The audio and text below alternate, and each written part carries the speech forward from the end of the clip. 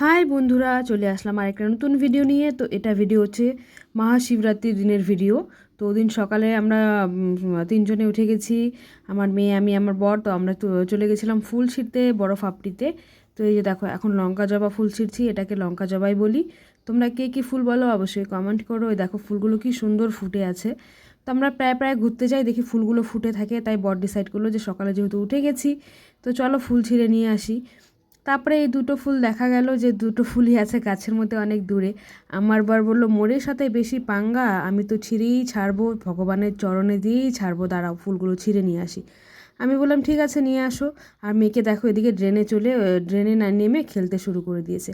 আর এই যে দেখো আমাদের ফাপড়ির ফরেস্ট, এখানে আগে আসলে মানে ফাপড়িতে আগে ভয়ে কেউ যেত না, মানে হাতি বের হতো, প্রচণ্ড জঙ্গল ছিল। এখন তো এত বাড়িঘর হয়ে গেছে কি বলবো, মানে বাড়ি এখন তো জমির এত দাম হয়ে গেছে এগুলো জায়গাতেও। আগে কিন্তু ভয়ে কেউ আসতো না। তো যাই হোক, খুব ডেভেলপ হয়ে গেছে, এত তাড়াতাড়ি এত ডেভেলপ হয়ে যাবে আমরা কোনোদিনও ভাবতে পারিনি।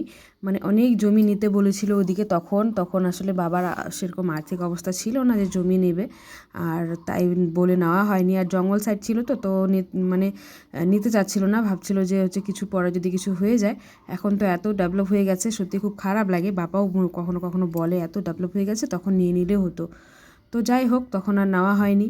তারপরে চলে আসলাম বাজারে, আমাদের একটেশাল বাজারে চলে এসে এখানে সব ফুল নিয়ে নিচ্ছি, যেগুলো যেগুলো আর কি ফুল আমরা পাইনি। যেমন ভাঙ্গের পাতা হয়ে গেল, ধুতরা ফুল, বেলপাতা, তারপরে হচ্ছে বেলের ফল, আর হচ্ছে দুব্বা ঘাস, এগুলো সব নিয়ে নিয়েছি।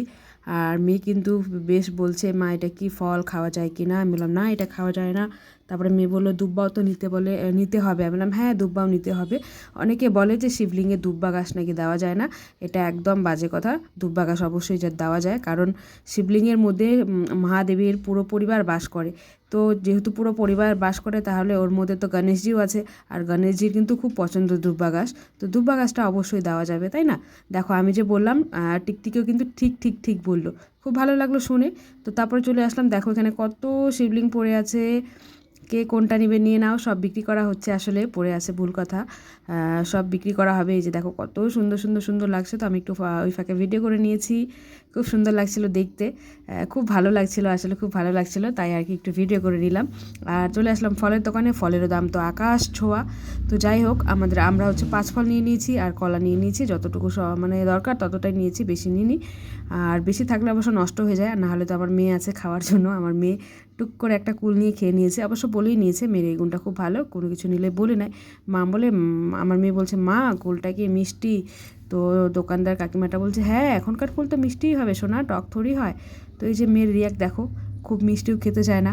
তারপরে চলে আসলাম ফাইনালি বাড়িতে এসে স্নান করে বর আর মেয়ে ঢালছে শিবলিঙ্গের জল। আমি আসলে করতে পারবো না, সত্যি খুব খারাপ লাগছে, কারণ বর আমি মিলে ভাবছিলাম মহাশিবরাত্রির পুজোটা খুব ভালো করে করব, কিন্তু দিতে পারিনি। এটা ভগবানের ইচ্ছে হবে, কারণ হয়তো মেয়ের আর বরের হাতেই শিবলিঙ্গে জল ঢালার ছিল। তো এই যে মেয়ে ঢালছে, মেয়ে আর বর একসাথে ঢালছে, আর মেয়েও দেখো পুজোতে কিন্তু খুব ভালো, মানে খুব ভালো করে পুজো করে ও, ভক্তি শ্রদ্ধা নিয়ে।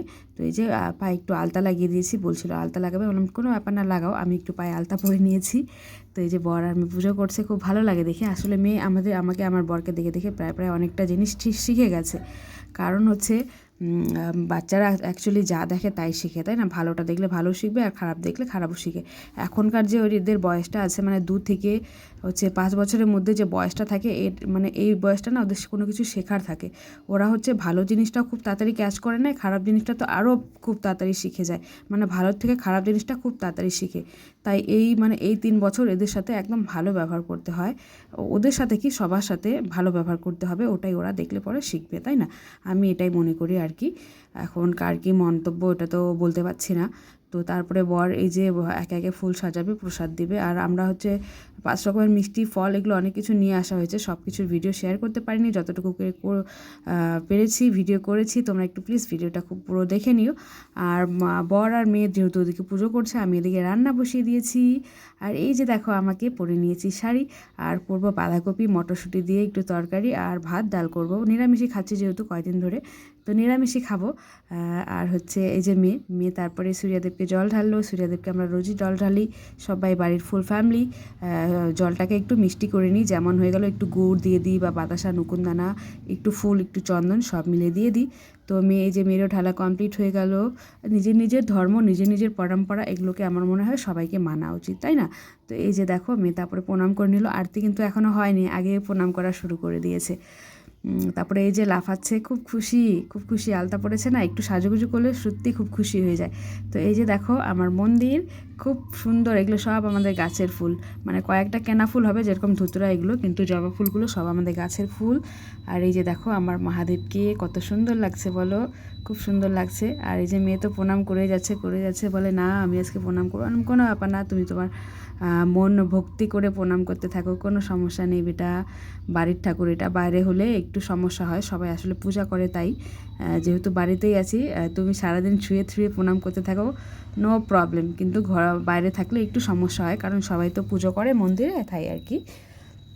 তো এই যে বর আরতি করা শুরু করে দিয়েছে, মেয়েও বলছে আমিও আরতি করবো। আমি বললাম পুচকিকে দিয়েও করা দাও, কোনো সমস্যা নেই, ও করবে যেহেতু বলছে।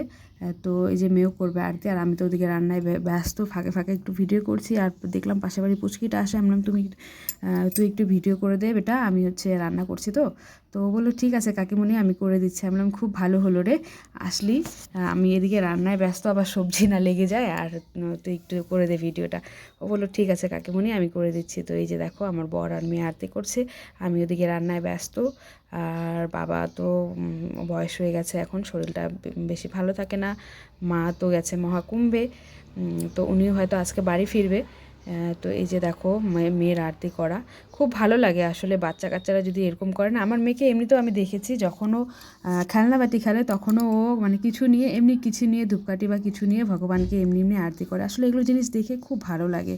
আমার তো বেসিক্যালি খুব ভালো লাগে, আমার বাচ্চা বলে বলছি না, যে কোনো বাচ্চার দেখলেই খুব ভালো লাগে, তাই না? বাচ্চারা নিজের সংস্কৃতিটা শিখছে, এটা তো সত্যি খুব গর্বের কথা। খুব বেসিক্যালি মানে এই ছোট ছোট বাচ্চাগুলো, তাই না? তারপর ফাইনালি এই যে মেয়ে আরতি করছে, এই যে দেখে নাও বরের সাথে, খুব ভালো লাগলো দেখে, আমার তো প্রচণ্ড ভালো লেগেছে। তোমরা ভিডিওটা প্লিজ পুরো দেখো, ভিডিওটা কেমন লাগলো অবশ্যই বলো, ভালো লাগলে একটা লাইক কমেন্ট করো। আর তোমরা আমাকে এত এত ভালোবাসা দিচ্ছ, তোমাদেরকে অসংখ্য অসংখ্য অসংখ্য ধন্যবাদ এত ভালোবাসা দেওয়ার জন্য, আমার পাশে থাকার জন্য। তোমরা এইভাবে পাশে থেকো, ভালো থেকো, সুস্থ থেকো। তো টাটা, বাই বাই, ভিডিওটা এখানেই শেষ করলাম।